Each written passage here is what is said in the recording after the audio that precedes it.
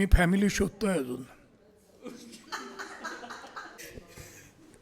Okay. इतकं sorry sorry. तर रोहिणी हातंगडी काम करणार आहेत. तर मी म्हटलं त्यांची परवानगी घेतली का मला काम करायला विचारायला. तर ते म्हणले हो घेतले. मी म्हटलं बरं मग मी काम करेन. हाय हॅलो नमस्कार. खटपटीचा आरजे प्रशांत तुमच्यासोबत आहे. आतली बातमी फुटली हा सुंदर असा सिनेमा आता येणार आहे आणि भरपूर सस्पेन्स आहे. सो खूप साऱ्या गोष्टी अमेझिंग असणार आहेत. टीजरच आम्ही पाहिला आहे पण त्यामध्ये अजिबात समजत नाही की नेमकं काय कधी होणार आहे. अचानक डान्स आहे जो खूप असा बार डान्सर आहे आणि मध्येच खूप सिरियस होत आहे. मध्येच तुम्ही खून करायचा प्रयत्न करताय. सो खूप वेगळं काहीतरी मराठी इंडस्ट्रीमध्ये आम्हाला पाहायला मिळणार आहे. सो नमस्कार आणि वेलकम. सो मला सुरुवातीला तुम्हाला विचारायला आवडेल की हा सिनेमा जेव्हा तुमच्याकडे आला तर किती वेळ लावला तुम्ही त्या सिनेमासाठी होकार द्यायला. नाही मी स्क्रिप्ट ऐकली आणि लगेचच मी ठरवलं की मला हा सिनेमा करायचा आहे.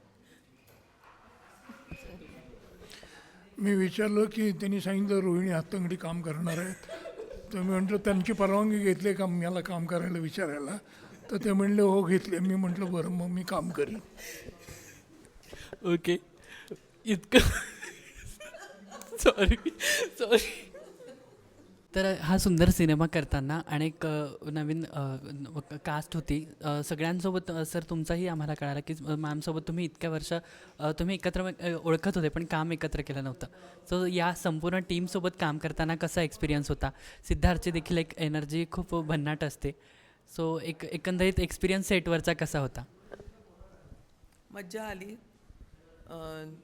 जरी आता सिद्धार्थची एनर्जीज म्हणालात तुम्ही तर ती तर होतीच. त्यामुळे यांचा एक्सपिरियन्स, सिद्धार्थची एनर्जी, आमचा उत्साह सगळ्यांचा, युनिटचा उत्साह, हे सगळं एकत्र मिळून खूप मज्जा आली. मी त्या सिनेमाचं शूटिंग संपलं त्यांना विचारलं की परत कधी आपण सिनेमा करणार आहोत. मस्त होतं.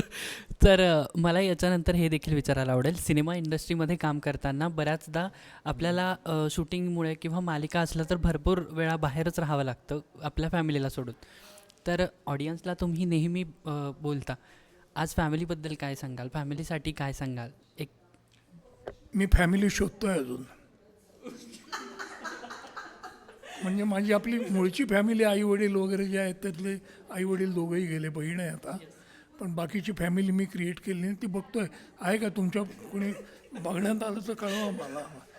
चांगलं 78 वर्ष आहे. सांगेल मी काही असेल तर. सो असेल तर प्लीज सांगा. शिवाय मला वाटतं नाही आपण आत्तापर्यंत काम करते मी म्हणजे वयाच्या 74व्या वर्षापर्यंत. तर फॅमिलीचा सपोर्ट असल्याशिवाय अगदी सुरुवातीला वडिलांचा, आई वडिलांचा, नंतर मग सासू सासऱ्यांचा किंवा नवऱ्याचा, यांचे सपोर्ट असल्याशिवाय आपण काहीच करू शकत आता नाही. मुलांचा सपोर्ट आहे तिला. हो, म्हणजे मुलगा सारखं म्हणत असतो आता कुठे लखनौला जाणार आहेस का, जा जा जा जा असं म्हणून तो सुद्धा म्हणत. कारण त्यांना सुद्धा असं वाटतं करते काम तर तोपर्यंत हलती फिरती असावी. आणखीन if she is enjoying that work, why not. माझं तर घरात राहिलं तर तब्येत बिघडते म्हणून मग मी बाहेरच राहतो सगळं. ज्यावेळेस विशाल सरांचं एकंदरीत संपूर्ण काम होतं. विशाल सरांची स्वतःची लँग्वेज तर हिंदी आहे पण ज्यावेळेस आपली स्वतःची लँग्वेज हिंदी असते तेव्हा आणि एका मराठी सिनेमाचा डिरेक्टर मराठी सिनेमा करायचा आहे तर त्यावेळेस ते त्यांना थोडंफार हार्ड गेलं असेल. तर तुम्हाला काय वाटतं म्हणजे त्यांचा एक्सपिरियन्स की त्यांनी एका मराठी दिग्दर्शन म्हणजे जो आहे आणि त्यांचं जर कंपॅरिझन केलं तर कुठे ते कमी पडले की बेटर दिलं त्यांनी खूप. नाही, मला वाटतं दिग्दर्शक समजा मला काय करायचं आहे ह्याच्या बाबतीत कन्फर्म्ड असेल किंवा त्याला नक्की माहीत असेल तर भाषेचा हा अडसर येऊच नाही आहे.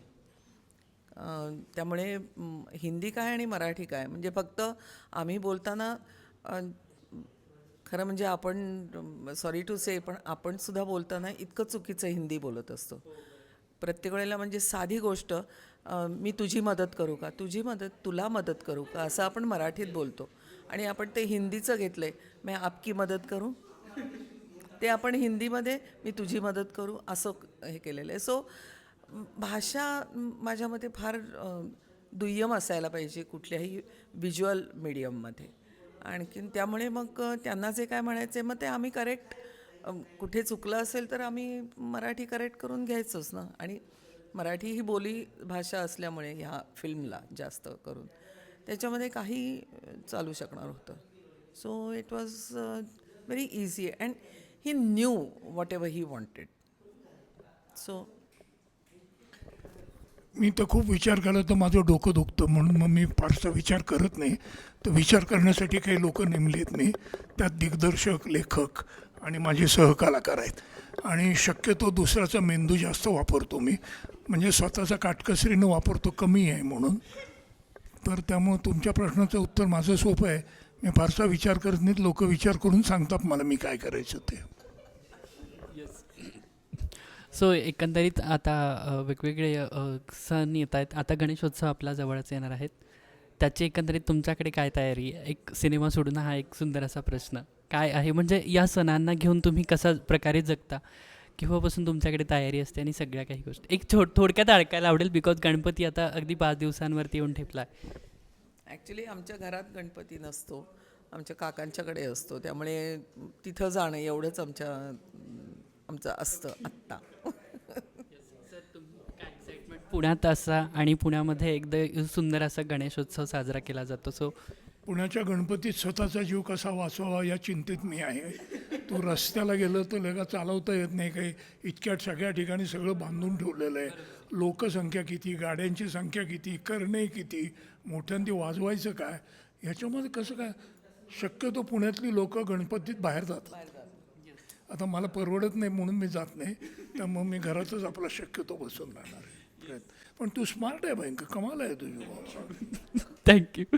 ओके, सो आतली बातमी फुटली हा सुंदर असा सिनेमा बघायचा आहे. मुलाखत तर आपली झालेली आहे, पण बऱ्याच बातम्या लपलेल्या आहेत त्या 19 सप्टेंबरला आपण नक्की बघायच्या आहेत आपल्या जवळच्या चित्रपटगृहात. थँक्यू.